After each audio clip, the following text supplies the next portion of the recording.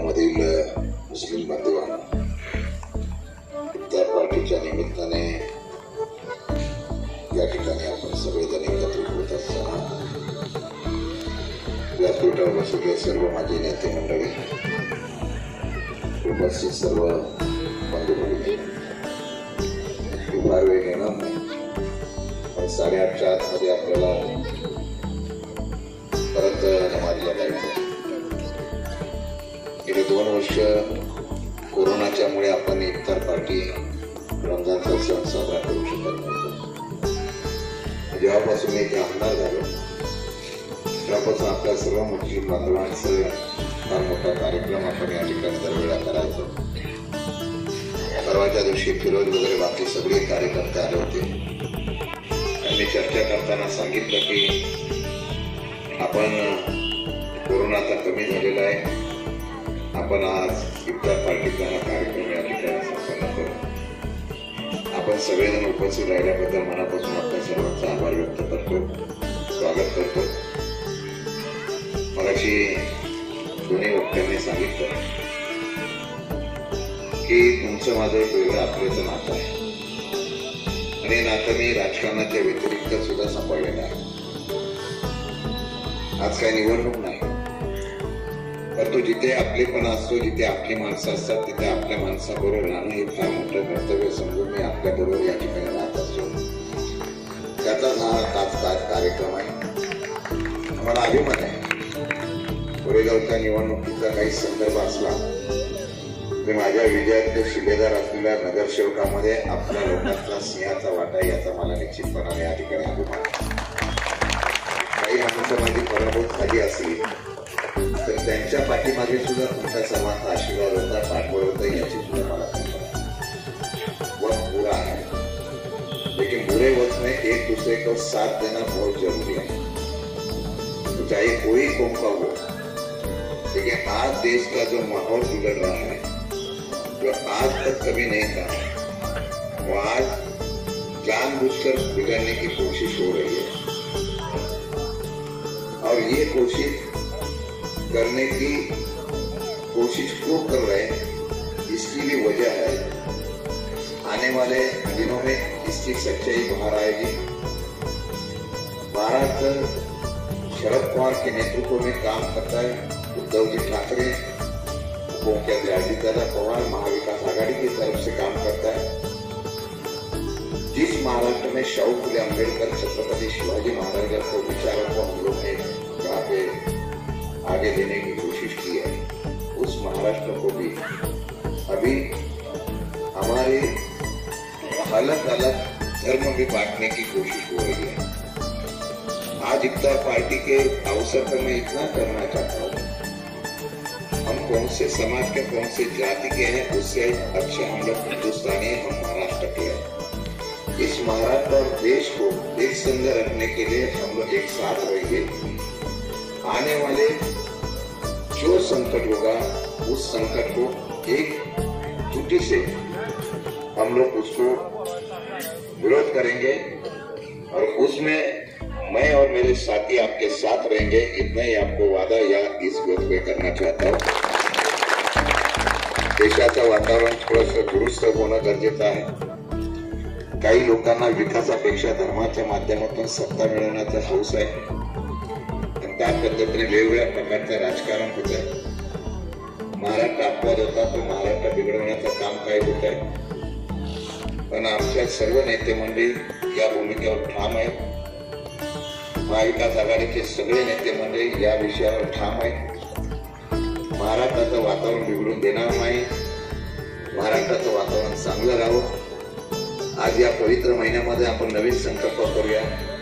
सर्व धर्माच्या लोकांना एकत्रित घेऊन आपण पुढे जाऊ आणि सर्व धर्माच्या लोकांना एकत्रित नेत असताना त्या सर्व गोष्टीमध्ये त्यांच्या सुखदुःखामध्ये मुस्लिम बांधव सुद्धा पुढे राहतील. हाच विश्वास आम्हाला या ठिकाणी दिलेला आहे. तोच विश्वास चालू करण्याचा आपण प्रयत्न करू. माझं आणि आपलं वेगळं नातं आहे. ते निवडणुकीपुरतं नाही, राजकीय पुरतं नाही.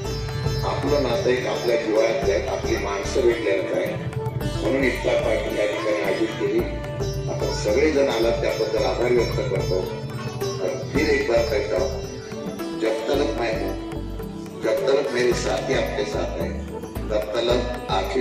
आपके साथ रहेंगे।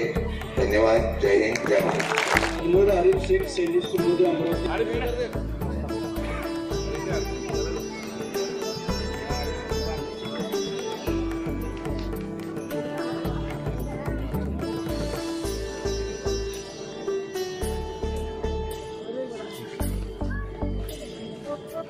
कांग्रेस पक्षाचे तालुका अध्यक्ष हैं।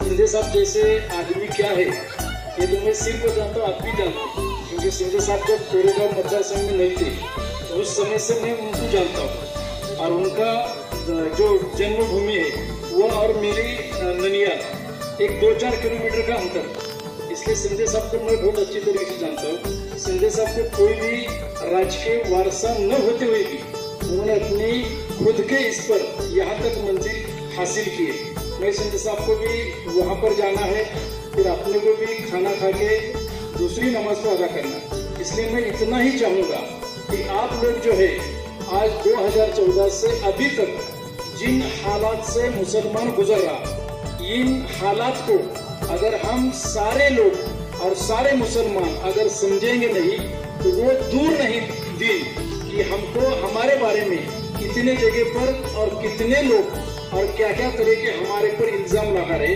इस देश को आजादी के लिए गेट ऑफ इंडिया के अंदर भी हमारे पूर्वजों ने जो कुर्बानी दी उसके नाम है दिल्ली के अंदर जाकर दे सकते।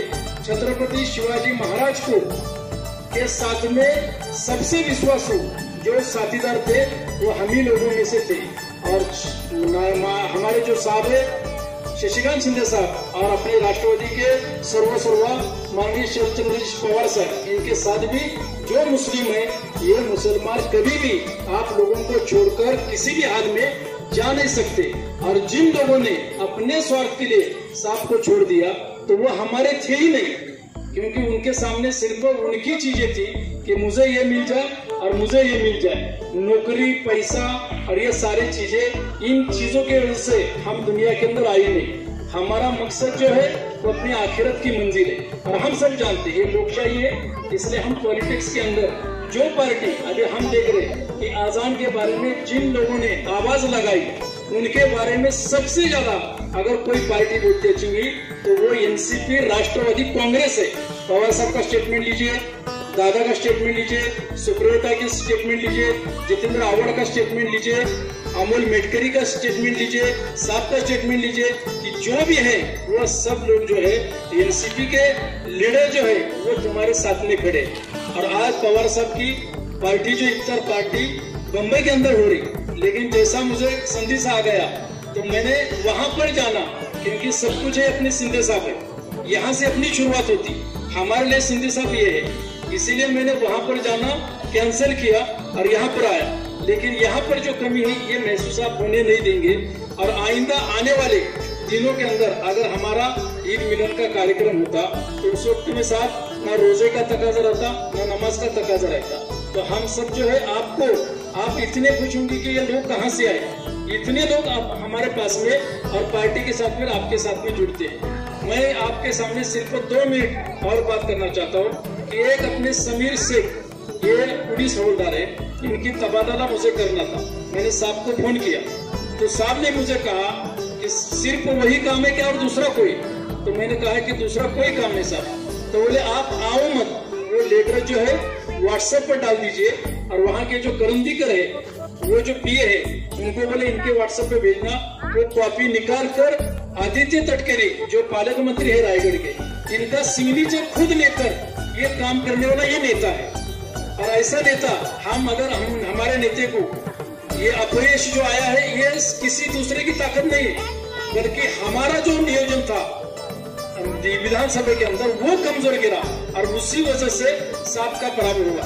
वरना साहब के पराभव करने की जिन 5 लोगों ने इनके खिलाफ काम किया है उनकी किसी की ताकत नहीं थी कि साहब का पराभव होता।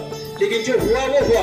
अभी माननीय जयंत पाटिल साहब का जो दौरा पूरा हुआ इसके अंदर भी आपने देखे रहेंगे कि हमको काम किस तरीके से करना है। और खुसूसन मैं अपने मुसलमान भाई से एक अर्ज करना चाहूंगा कि देखो हम सब जो है ना तो खाने के लिए पैदा हुए, ना तो किसी ओहदे के लिए पैदा हुए, ना तो किसी हमारे को ही चाहिए। काम धाम ये तो हम सब करते ही रहते।